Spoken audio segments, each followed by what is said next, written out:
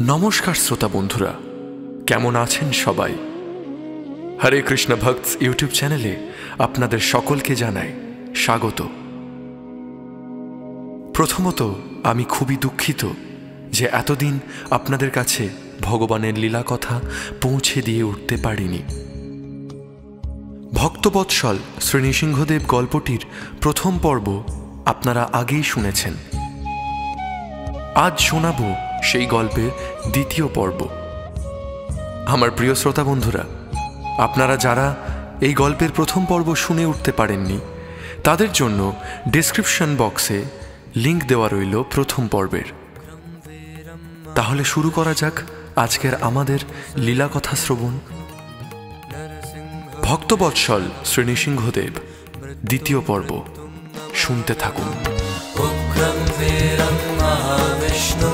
ज्वलन्तं सर्वतोमुखं नरसिंहं वेषनं भद्रं मृत्युं नमाम्यहं नरसिंहं वेषनं भद्रं मृत्युं नमाम्यहम्।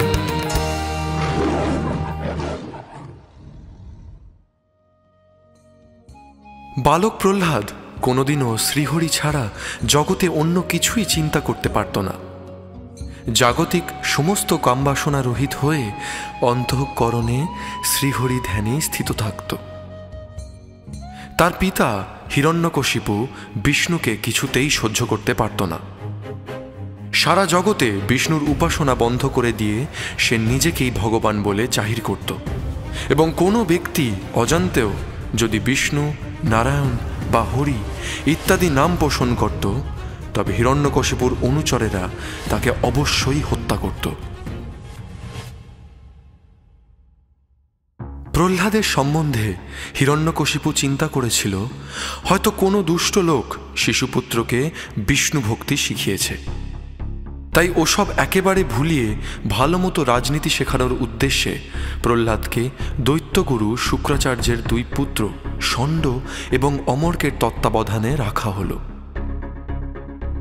তারপর একদিন গুরুকুল থেকে প্রহ্লাদ পিতার কাছে এসে প্রণাম জানালে হিরণ্যকশিপু তার পুত্রকে কোলে তুলে নিয়ে বাৎসল্য সহকারে জানতে চাইলেন, তুমি এতদিন পড়াশুনো করে কি শিখেছ আমায় বলো। এই প্রশ্নের উত্তরে প্রহ্লাদ বলে ওঠে, হে পিতা, যার আদি মধ্য অন্ত নেই, যার জন্ম মৃত্যু নেই, যার বৃদ্ধি ক্ষয় নেই, যিনি সমস্ত কিছুর কারণ, সেই শ্রীহরিকে প্রণাম করি। এই কথায় ক্রোধান্বিত হয়ে হিরণ্যকশিপু ষণ্ড অমর্ককে ডেকে বলে ওঠে, তোমরা ব্রাহ্মণ নও, তোমরা ব্রহ্মবন্ধু, কেন এসব অসার শিক্ষা প্রহ্লাদকে দিয়েছ? তারা বলে, বিষ্ণু ভক্তি আমরা আদপে ওকে শেখাইনি। হিরণ্যকশিপু বলে ওঠে, ওরে মূর্খ প্রহ্লাদ, তোকে এসব কে শিখিয়েছে? প্রহ্লাদ বলে ওঠে, হৃদয় পরমাত্মা বিষ্ণু বিনা কে কাকে শাসন করে? হিরণ্যকশিপু আবারও বলে ওঠে, ওরে দুর্বুদ্ধি, আমি জগতের ঈশ্বর, আমার সামনে আস্পর্ধা হলো কি করে? তুই কাকে বারংবার জগদীশ্বর বলছিস? সে কে? প্রহ্লাদ বলে ওঠে, শ্রী বিষ্ণু পরমেশ্বর ভগবান, সেই বিষ্ণুই আপনার এবং সমস্ত জগতের বিধাতা, সমস্ত লোক তারই অধিকারে অবস্থিত। হিরণ্যকশিপু আবারও বলে ওঠে, আমি সিপাহীদের আদেশ করছি, এই কুলাঙ্গারটিকে বদ্ধ ভূমিতে নিয়ে গিয়ে অবশ্যই হত্যা করো। হিরণ্যকশিপুর হুঙ্কার শুনে অস্ত্রধারী শত সহস্র দৈত্য এসে প্রহ্লাদকে বধ করার জন্য নিয়ে গেল।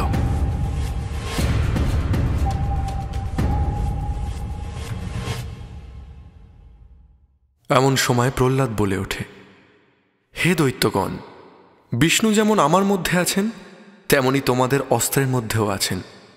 এটি যদি সত্য হয় তবে এই অস্ত্র আমার কোনো ক্ষতি করতে পারবে না। দৈত্যরা বারংবার অস্ত্রাঘাত করলেও প্রহ্লাদের শরীরে কোনো ক্ষয়ক্ষতির আঁচ পর্যন্ত আনতে পারল না। বিস্মিত হিরণ্যকশিপু তখন প্রহ্লাদকে বলল, ওরে দুর্বুদ্ধি, তোমাকে আমি অভয় দিচ্ছি, তুমি মূঢ়মতি হইও না।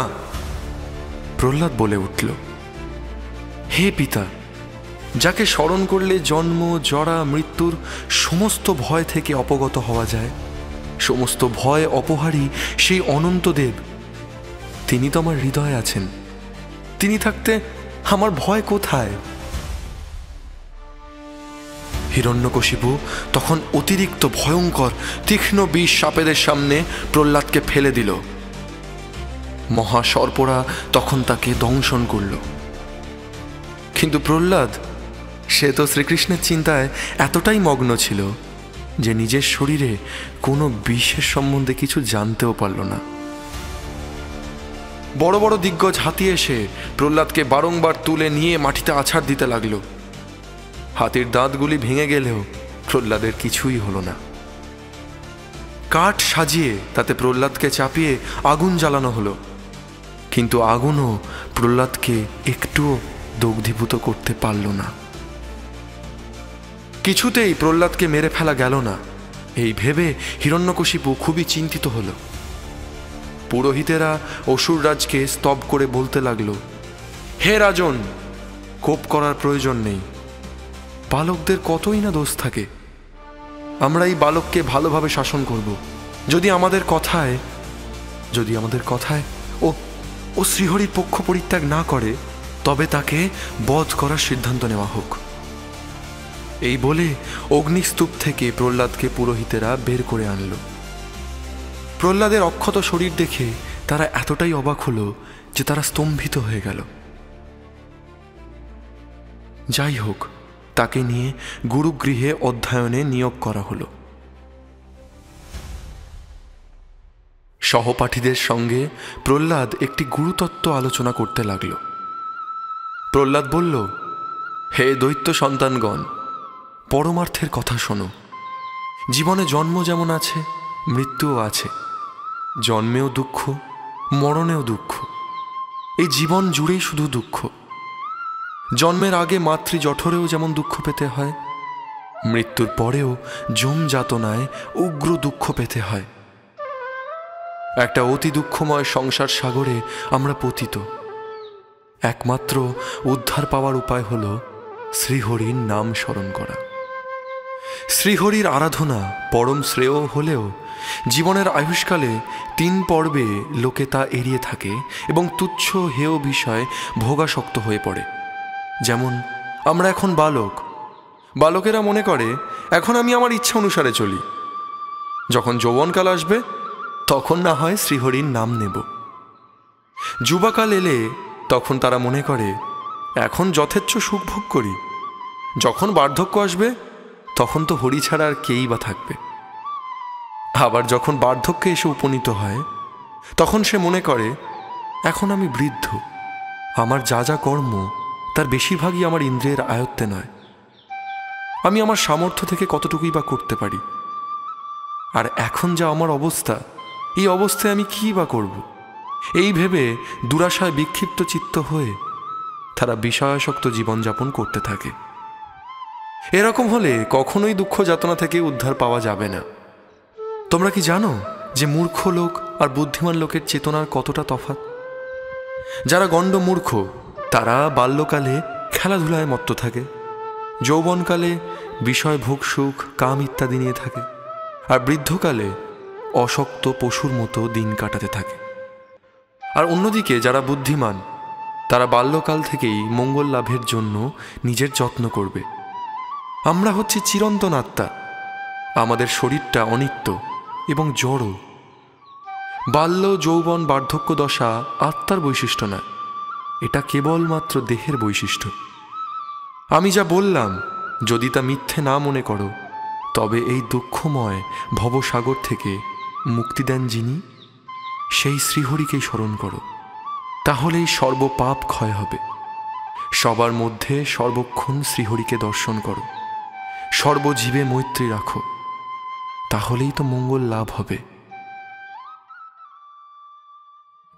কেমন লাগলো আজকের আমাদের এই লীলা কথা? আশা করি সকলের মন এক অপ্রাকৃত আনন্দে ভরে তুলতে পেরেছি। ভক্তবৎসল শ্রী নৃসিংহদেবের পরবর্তী পর্ব আসবে খুব শীঘ্রই। ততক্ষণ আসুন সকলে মিলে শ্রীহরির নামেই মত্ত থাকি। হরে কৃষ্ণ। উগ্রং বীরং মহাবিষ্ণুং জ্বলন্तं সর্বতোমুখং নরসিংহং ভীষণং ভদ্রং